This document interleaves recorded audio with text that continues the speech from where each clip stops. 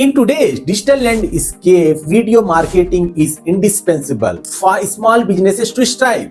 You have to go to online and find who is your target customer and what things they like, what things they dislike.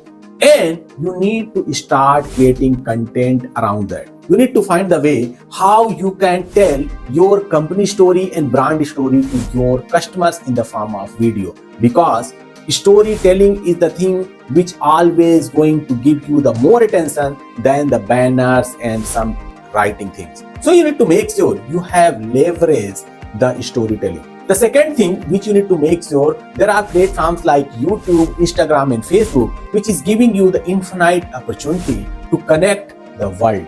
You have to put all your content in these social media so that more and more people can watch. The most important thing, you also need to analyze the data, who is your target customer, who is watching your content and how they are going to solve their problem by using your product.